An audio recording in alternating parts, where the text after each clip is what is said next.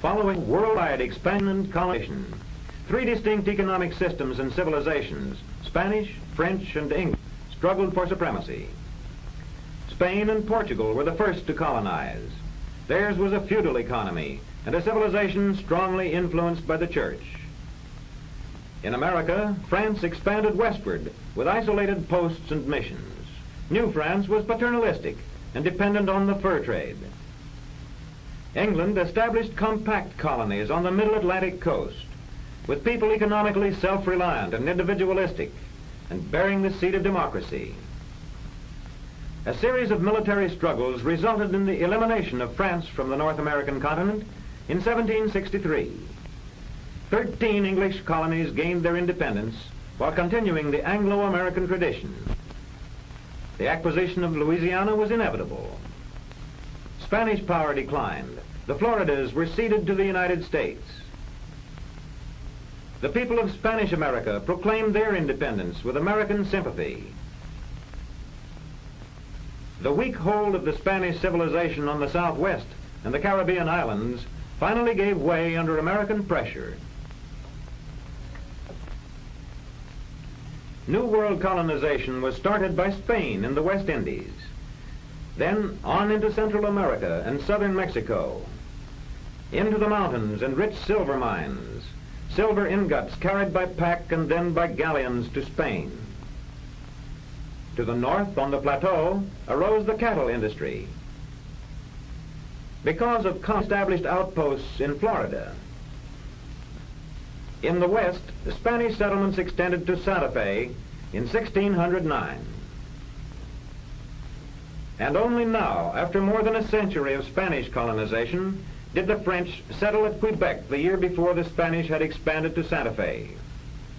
French posts sprang up along the inland waterways in the search for beaver. After nearly a century, the French controlled a vast region, but one with a sparse population. After more than a century of Spanish colonization, the English settled in Virginia. Sandbars obstruct much of this coastline. The Chesapeake Bay, however, offered excellent harbors.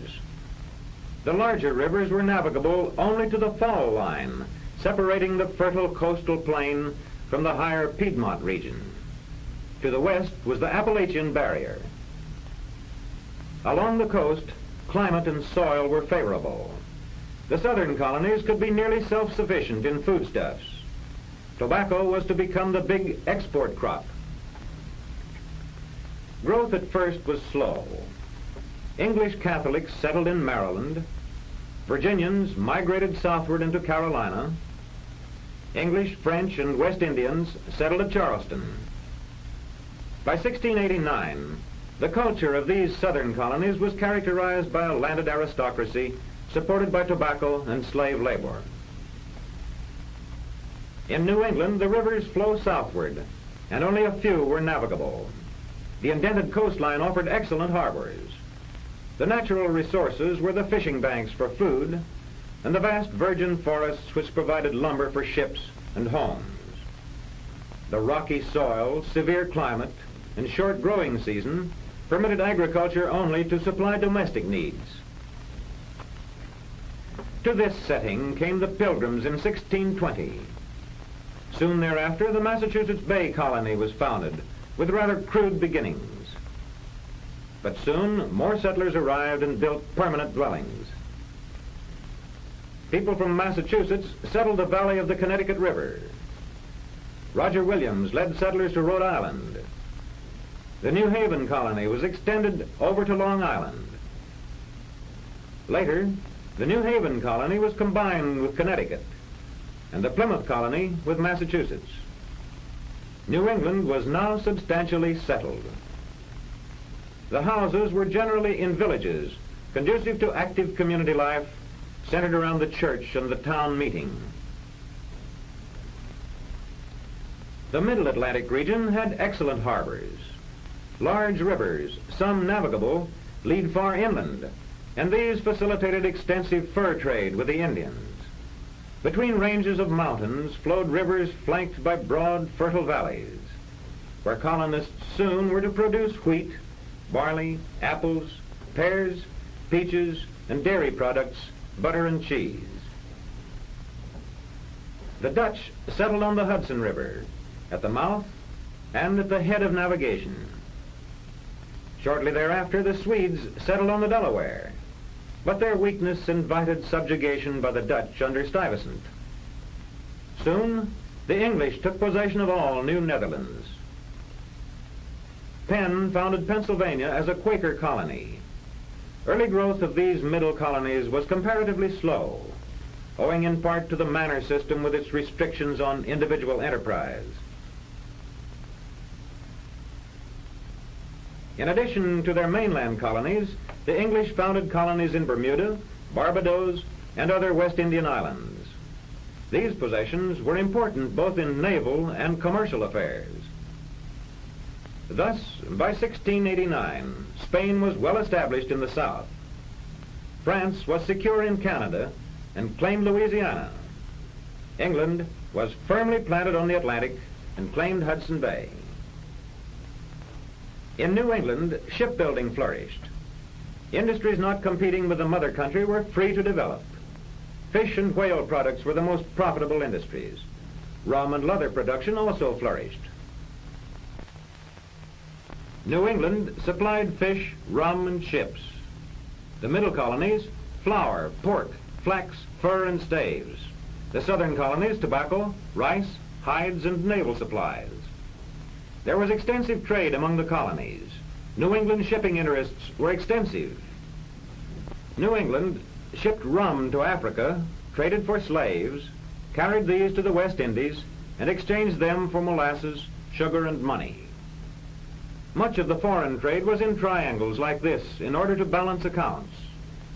However, many raw materials and the money received in the West Indian trade went directly to England to balance accounts for manufactured goods.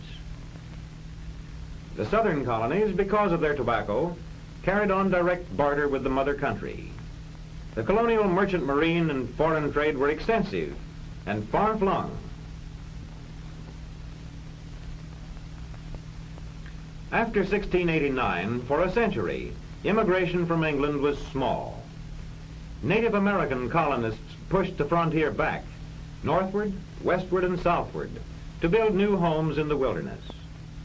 Up the fertile river valleys to their headwaters, through the mountain gaps, pressing the French on the north and west, and Spanish on the south. Virginia and Pennsylvania were the most populous of these English colonies by 1763. Now to go back. The French dreamed of a vast empire in the Mississippi Valley, with its capital at New Orleans. Posts and forts were built to exclude the Spanish and the English in the south. In the northwest, the French encroached on the Hudson Bay claims with outposts. English and French both claimed the hinterland. The French strengthened their positions, and when English regulars and colonials under Braddock advanced on Fort Duquesne, they were severely defeated. The colonies rushed new defenses. During the next 2 years, the English suffered defeats on the northern frontier. But in 1758, a small English force advanced up the Mohawk and across Lake Ontario and reduced Fort Frontenac. General Forbes succeeded in taking Fort Duquesne. The following year, Fort Niagara fell to the English. The French were forced to withdraw on Lake Champlain. Wolfe sailed up the St. Lawrence to attack Quebec. First, Wolfe occupied the opposite shore and bombarded the city. A frontal attack below the city failed. Finally, in desperation, Wolfe secretly moved his troops above the city. Under cover of darkness, the troops climbed to the Plains of Abraham. Montcalm, the French general, decided to attack. After the second English volley, the French line broke, and 4 days later Quebec surrendered. This battle sealed the fate of New France. The following year, 3 English and colonial forces converged on Montreal, which fell without resistance. In accordance with the England retained all of French Canada. The eastern part of Louisiana and West Louisiana went to Spain. Thereafter, the English colonies looked forward to rapid, peaceful expansion, little realizing that revolt would soon lead to the founding of the first free nation in America.